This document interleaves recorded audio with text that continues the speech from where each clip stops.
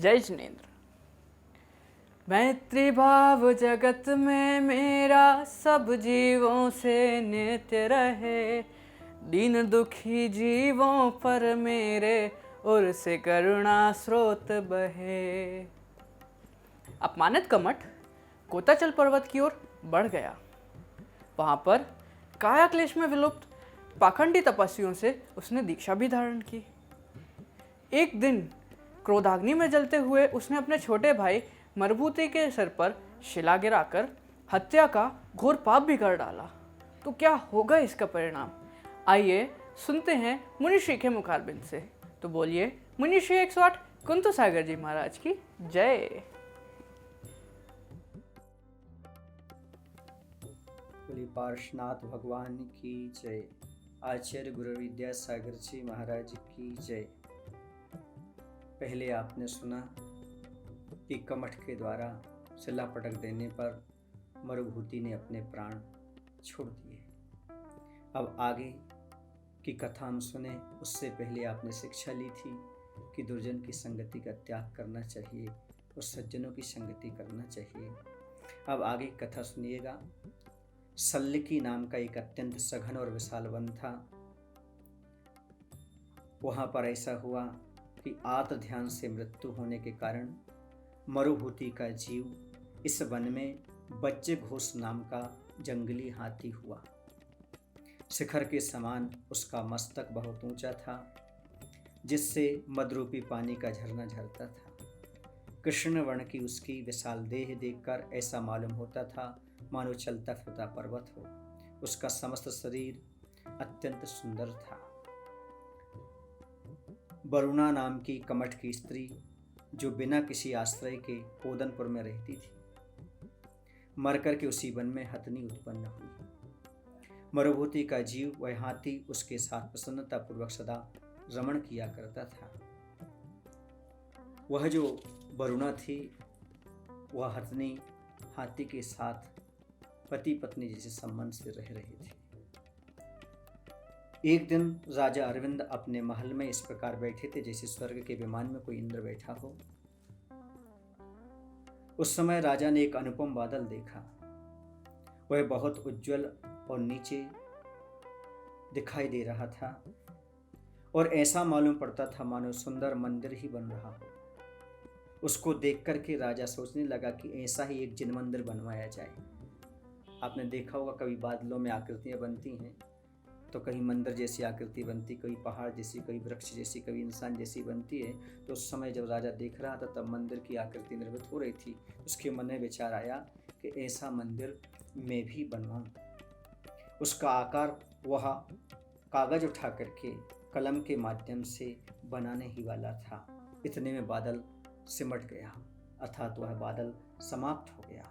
तब राजा अपने मन में विचारने लगा कि संसार का सब व्यवहार नाशवान है, सारे पदार्थ क्षणभंगुर हैं, अस्थिर हैं। यह शरीर, धन और सब साज संपदा एक दिन इसी प्रकार नष्ट हो जाएगी। मोह के कारण संसारी प्राणी इन्हें शाश्वत मानता है।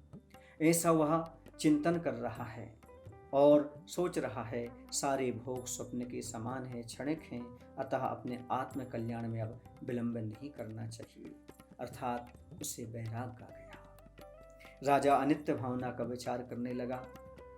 इस प्रकार राजा ने वैराग्य भावना का विचार कर परिग्रह रूपी भार की पोट को अपने सिर से उतार दी, अर्थात राज्य का भार अपने पुत्र को सौंप दिया और सच्चे गुरु के पास पहुंचकर चारित्र धारण कर लिया, जो मनुष्य पर्याय की सबसे बड़ी विशेषता और सार्थकता है। वह उत्तम दिगंबर जैन वीतराग मुद्रा धारण कर योग रीति से आहार विहार करने लगा। छहों काय के जीवों की पीड़ा को दूर करने में प्रवीण वह मुनिराज 12 प्रकार के कठिन तपों में लीन रहने लगे। एक बार अरविंद मुनीन्द्र यात्रियों के समूह के साथ सम्मेत शिखर जी की पर्वत की वंदना के लिए गए और उस वंदना में वह चलते चलते उसी सल्लिकी वन में पहुंच गए। आपको पता है, जहां पर पहले मरुभूति की जीव की बात कह चुके हैं कि वह वहां पर हाथी के रूप में जन्म लिया था। वहीं यात्रियों का समूह ठहरा हुआ था। महाराज तो सामायिक में लीन हो गए। इसी समय इस वन में रहने वाला वो वज्र घोष नाम का हाथी, जो कि मरुभूति का जीव था, यमराज के समान गुस्सा करके चिंघाड़ता हुआ आया। सारे संग में खलबली मच गई, लोग इधर उधर भागने लगे, जिससे बड़ा शोर होने लगा। जो प्राणी हाथी के सामने आया वह मृत्यु को प्राप्त हुआ। उस हाथी ने रास्ते में खड़े प्यासे घोड़ों और थके बैलों को मार डाला और चिंघाड़ता हुआ मुनि के सामने जा पहुंचा और बहुत क्रोध में आकर के ऐसा लग रहा था जैसे भयंकर उत्पात मचाने वाला हो। वहां पहुंचकर वह मुनि को मारने का प्रयत्न करने लगा। मुनिराज सुदर्शन मेरु के समान निश्चल खड़े थे और उनके हृदय पर ऊपर श्री वत्स का चिन्ह था। यह सुंदर चिन्ह को देखते ही हाथी को जाति स्मरण हो गया। जाति स्मरण अर्थात पूर्व भव की याद आ जाना, अर्थात पूर्व भव की सब बातें ठीक ठीक याद आ गईं। तत्काल ही वह गजराज पूर्ण शांत हो गया। अब उसका गुस्सा शांत हो गया, मद शांत हो गया और उसने मुनिराज के श्री चरणों में अपना सिर रख दिया। ये होता है जाति स्मरण का प्रभाव। पूर्व भाव की याद आ जाने से उसका सारा का सारा क्रोध शांत हो गया। कई जीवों को तो संयम की प्राप्ति हो जाती है, कई जीवों को जाति स्मरण हो जाने से वैराग्य आ जाता है। कई लोग अपने जीवन में क्रोध भी कर जाते हैं जाति स्मरण करके। कुछ लोग ऐसे होते हैं जो बैर भाव को बनाने लगते हैं, सब प्रकार के होते हैं। तब मुनिराज अति मधुर शब्दों में उससे कहने लगे, हे हाथी, तूने यह क्या किया? हिंसा के काम भारी, पाप के कारण हिंसा दुर्गतियों के में ले जाकर के दुख देती है। हिंसा के कारण संसार में घूमना पड़ता है। यह अपने को और दूसरों को दुख देने वाली होती है। तूने आकर इन सब जीवों को मार डाला। हे गजराज, तुझे पाप से जरा भी डर न लगा? देख, जरा विचार तो कर कि तू कौन था और कौन से पाप के फलस्वरूप तूने ब्राह्मण से हाथी का शरीर धारण किया। तू बड़ा दयालु था, मरुभूति था, मेरा मंत्री था और मैं राजा अरविंद था। तू नहीं पहचानता क्या?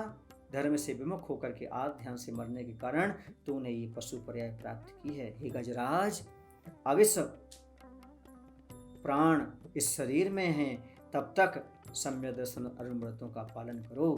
मुनिराज का ऐसा उपदेश सुनने से हाथी का हृदय कोमल हो गया और वह अपने किए हुए पापों की निंदा करने लगा। देखो बंधु, यदि आदमी के अंदर श्रद्धा आ जाए तो वह तो कल्याण कर ही लेता है, लेकिन पशु भी यदि श्रद्धावान हो जाए तो वह भी पाप को छोड़ करके आत्म कल्याण प्रवृत्त हो जाते हैं। फिर उस हाथी ने हृदय में धर्म ग्रहण की इच्छा से मुनिराज के चरणों में अपना सिर रख दिया। मुनिराज भी शांत चित्त से उसे सत्यार्थ धर्म का स्वरूप कहने लगे, उसे धर्म का स्वरूप समझाया और उसने अच्छी तरह से सम्यक दर्शन के बारे में समझा और अणुव्रत के बारे में समझा, मनुष्य गति आदि में जो भ्रमण कर रहे हैं से पाप आदि के बारे में समझा और सब 12 व्रतों आदि को समझ करके इस प्रकार मुनिराज के उपदेश अनुसार उस हाथी ने सम्यक दर्शन पूर्वक 8 मूल गुणों को धारण कर 12 व्रतों को भी अंगीकार कर लिया। अब आप लोगों के मन में एक जिज्ञासा पैदा हो रही होगी कि हाथी भी क्या 12 व्रतों का पालन कर सकता है, अणुव्रत का पालन कर सकता है? तो कैसे करता होगा, इस बात को अपन आगे समझेंगे। बोले पारसनाथ भगवान की जय।